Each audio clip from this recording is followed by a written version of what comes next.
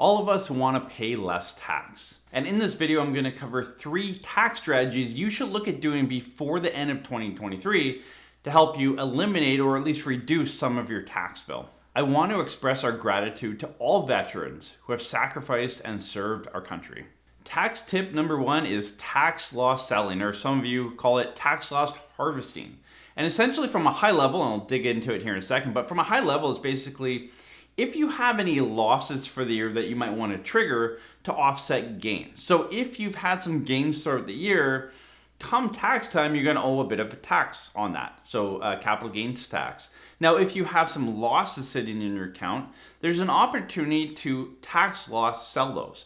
Meaning that you might sell some investments at a loss to offset the gain to create a neutral tax position. Now you can rebuy those positions more than 30 days later, but is to offset that tax bill now. When you trigger a tax loss, you are able to backdate that, or at least bring that loss back 3 years. So if you have gains from previous years that you want to offset, you could use those losses back up to 3 years, and you can use them forward indefinitely. So if you tax loss sell now, and your accountant says, actually, your gain wasn't actually there, it was the year before, you misunderstood it, you don't need that tax loss, you could carry that forward for future years for a future gain to offset the tax bill at that time. Just remember that the settlement date has to happen in 2023, which this year it's looking like December 27th would be the last day you could sell something to trigger that tax loss in 2023. So just be aware that you can't do it on the last day of the year and trigger it for this date. Like there's a bit of planning you need to do here.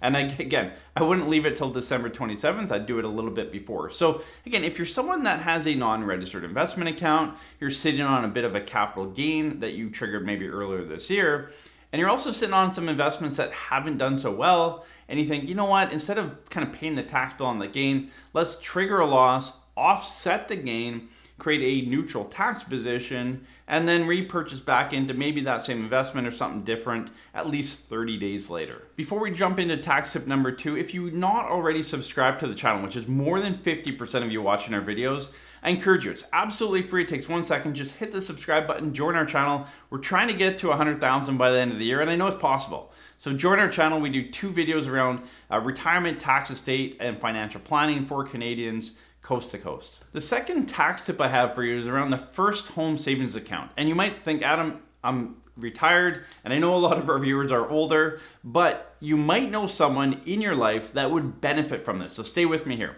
The first home savings account is for someone that hasn't owned a home this year or the 4 previous years and plans to do so. And you may not have the ability to fund your first home savings account this year, but why I bring this up is you want to make sure you open it because you can carry forward contribution room.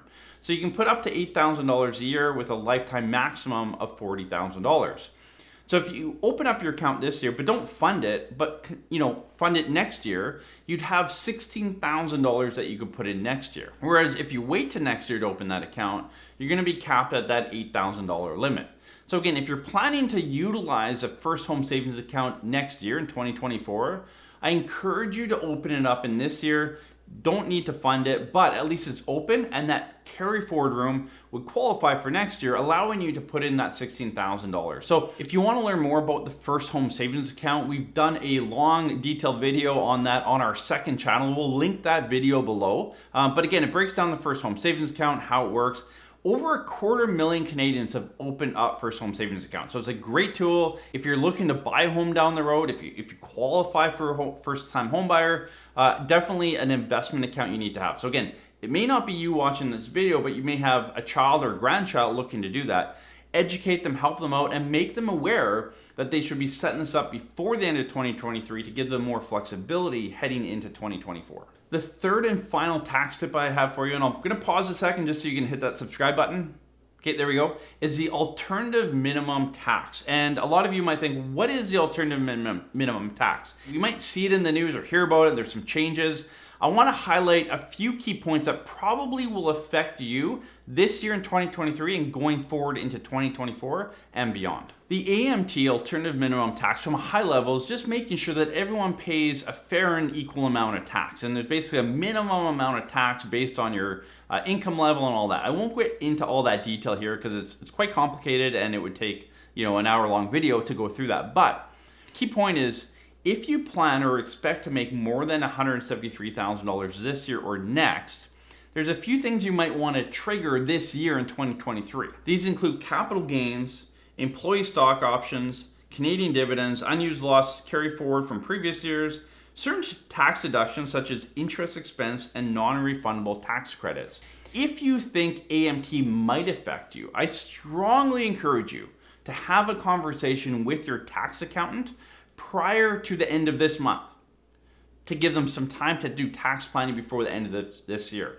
So if you're in a higher tax bracket, you're someone that has a lot of movement in your finances, you want to talk to your tax accountant before the end of the year because there might be a few things you need to trigger. Or if you're sitting on employee stock options, RSUs, there's some of that stuff. Talk to your tax accountant to figure out, do I need to trigger some of this before the end of the year? Or will AMT affect me in 2024 beyond? Or kind of do I fall under the radar a little bit on this? So again, not going to affect a lot of you, but those that it affects could drastically affect you. The other two areas that the AMT changes will affect is charitable donations and donations in kind. So if you have stocks that you look to donate in kind, you could also be affected by this. So again, these are things that you need to talk to your tax accountant before the end of the year. And don't go talk to them on December 20th expecting to have any action taken. Talk to them today. Make sure you have some time, some runway to make any changes you need to do before the end of the year. This stuff takes time.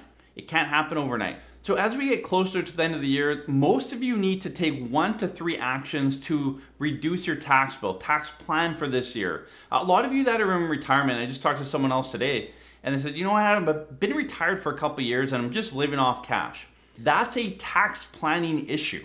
And I told the client on the phone or the prospect on the phone, I said, you need to trigger some income this year so that you don't pay more tax down the road. Like, you're doing really bad tax planning. And I know a lot of you think, well, if I pay 0 tax, that's really good tax planning. And I can show you again and again that typically doesn't pan out. Unless you're really low income, that won't pan out well for you. So again, it might not be AMT or first home savings accounts or anything like that. It might be as simple as, we need to trigger a bit of income tax this year or taxable income this year. So that might be you. If you're like, Adam, you know what? I haven't triggered any taxable income this year. Maybe that's me. Contact our office. Let's get a plan in place and figure out how much tax, where it should come from, all of that. It's going to save you a lot of money. Again, leveling out your average tax rate through retirement will typically save tens to hundreds of thousands of dollars in taxes.